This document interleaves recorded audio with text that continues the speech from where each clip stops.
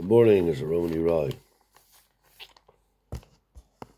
I'm absolutely over the moon with the amount of comments I've had, and moreover, where the people are watching me from.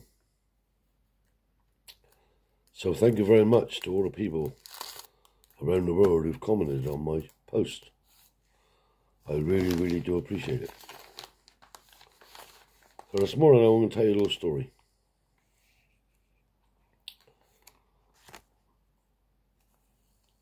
I had a phone call from Richard Bury because we was in there doing a lot of work and I got him out of trouble, big time. If you watch the video about the aluminium cans, you'll know what I mean. Dominic rings me up. Clarence, can you come in? He said, there's a job in here. He said, I don't know what you're going to think of it. I said, all right. In that goes.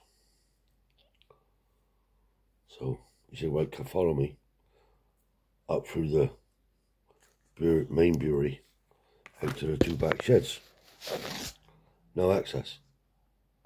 I could tell that by the way he was walking in. Corridors. He said, there's these two steam boilers. Got to come out. He said, and we want the room cleaned out because we want to use it for storage. I said, bloody hell. I said, there's a lot of work, don't it? Yeah, he says, a lot of work. He said, and there's the plate there. They're 10 ton each. I said, how far? I said, how do they get in? He said, come up to my office in a minute, I'll show you. They put them in with derrick cranes on big turntables and pulleys and blocks. Opened up the hatch like I did, looked inside. Oh, they was lined with beautiful bricks, fire bricks. Straight away I thought, well, my dear old mate Billy Webster will one day, because he's always making me furnaces. That's before we bought a proper job. We used to make our own. So he said, what's it going to take to get these boilers out? I said, that's right, Dominic. I said, I'll go back, I said, and work out a price and come back to you. All right, he said. Goes on. Said, Donald, jump up. Where are we going, Clara? I said, in Richard Bury. What's in there? I said, 2 boilers. Oh, he said, upright ones. I said, no. Horizontal. I said, trouble is, Don, they got to come out on a sack truck. I said, and they're 10 ton apiece. Oh, he said. Anyway, guts in, looks at them. Yeah, he said. They'd have to be cut small enough to go through the doorways. I said, yeah.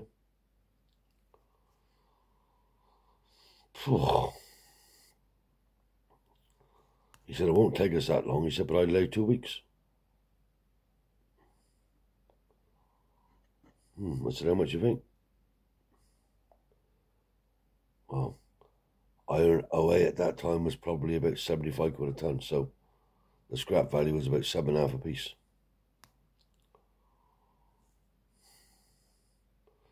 He said, if I was you, he said, I'd ask them 2 grand for each boiler. I said, all right. So I got no problem asking for bats, like money. So goes up to Dominic's office with Donald. Introduced Donald to him and I said, no. But there was about, I don't know, 4.5 underweight of gunmetal valves and taps on these boilers. So that was going to be bunts anyway. So I said, 2 grand on it. He said, I said, no rules about it. I said, I can cut that in half. I said, if you But you were meant to carry it out. He said, my mum won't carry that out. I said, well, that's what it is, isn't it? Look at the work that's in that, I said.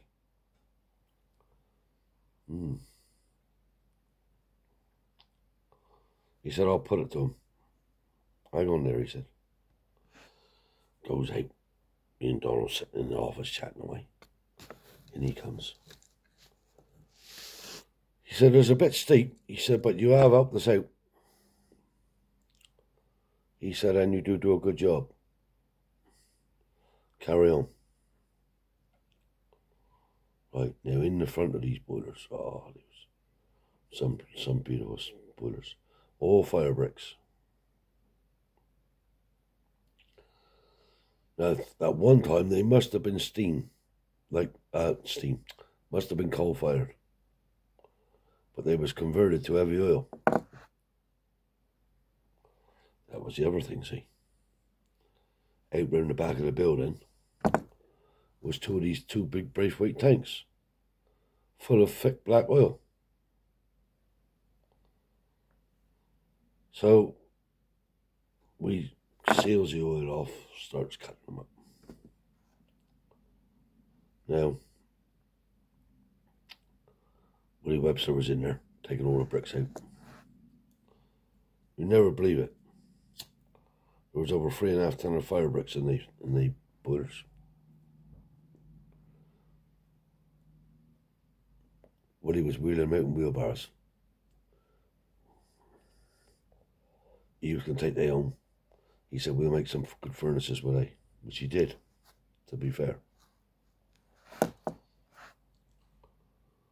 So anyway, he was in there cutting these tanks down.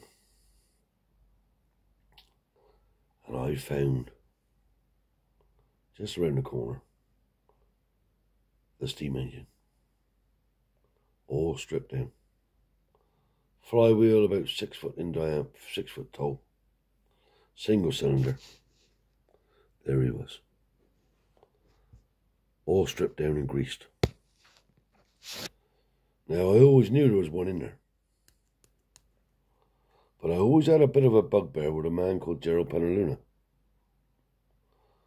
I had the same with the case factory, you see. He was going in the back door behind me. Anyway, he found out I was in the Bury. Now, he wanted this steam engine. I know he wanted it. So, Dominic said to me, do you know Gerald Penaluna? I said, yeah. I said, he's no good, Dominic. He said, I shouldn't think he is, he said. Not to you, anyway. I said, how was he said? Oh, he told us to keep an eye on the steam engine. I said, I haven't got to keep an eye on the steam engine. I thought to myself, I'll have you now. Fuck mother. I picked up all the bits that went with the steam engine. Governor, all the connecting rods, everything.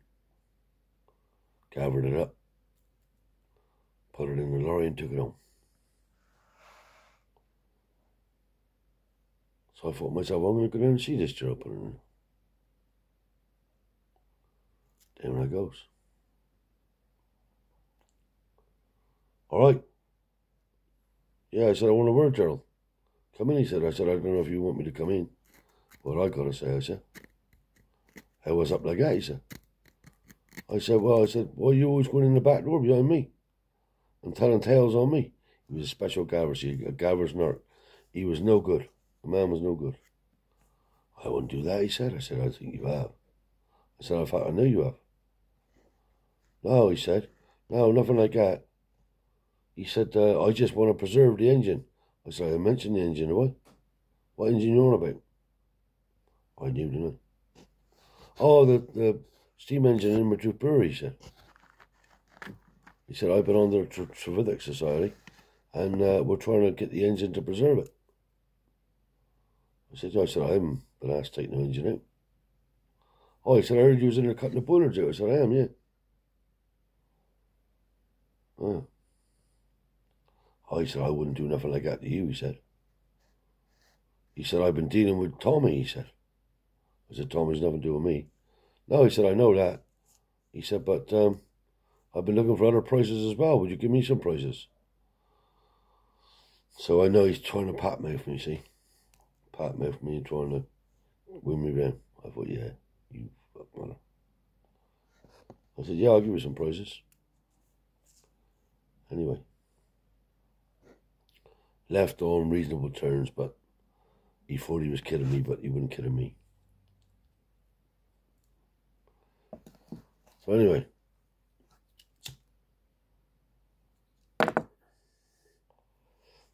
We get these boilers out. Cutting them out. I suppose 3 foot by 2 foot. It had to be 2 foot to go through the door. And if you had any more than 3 foot in length, it was too heavy for to put on the sack truck. Anyway, me and Donna were in there cutting away. We always did day jobs together. Willie had all the bricks out.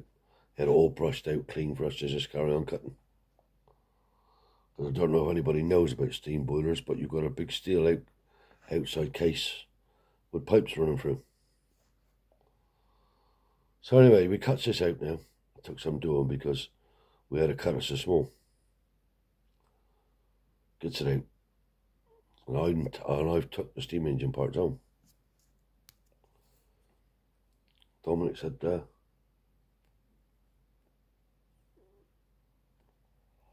have you had any parts from the steam engine? I said, how? I said, I'll see you later on. I used to go over to his house. So I had to go that night to town. He said, come in. Italian man he was, Dominic Martinelli. And a very dark-skinned man with a Mexican moustache. I said, Dominic, I got the parts of the steam engine. He said, I knew you did. He said, hold on to him. He said, because that Gerald Penaluna's in there all the time, trying to get this, trying to get that. You hold on to the parts, he said. I'll tell him up in the office you have met him. And no reason to have him. Anyway.